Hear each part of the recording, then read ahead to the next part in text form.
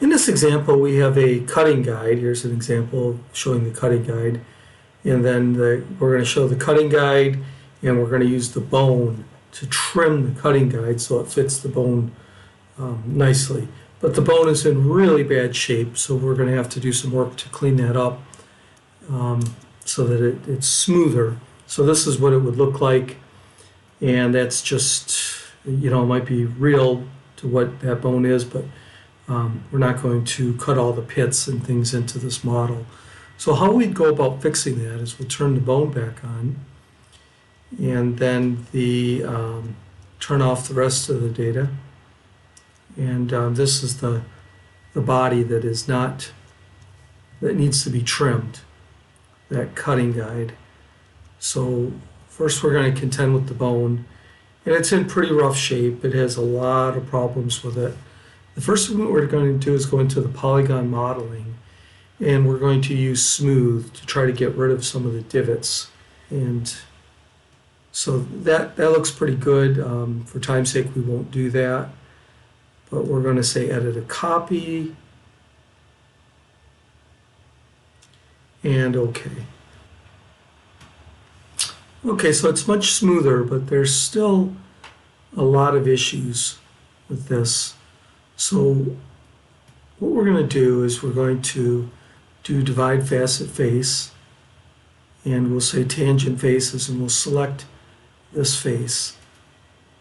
And it goes through and it gives us kind of all the outside faces, which is what we want. But it misses some areas, and we'll contend with that in a little bit. But we're going to say OK. And what it does is it creates a face in that area. So if I select face, there's the face. Still a lot of problems, but this is something we can work with.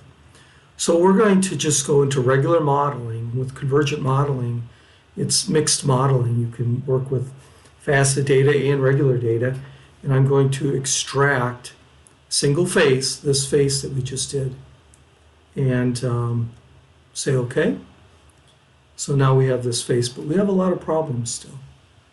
So we can go back into polygon modeling, and what I want to do is say fill holes, and I'm going to edit a copy. I don't want to work with the original, and there's reasons why you would want to do that.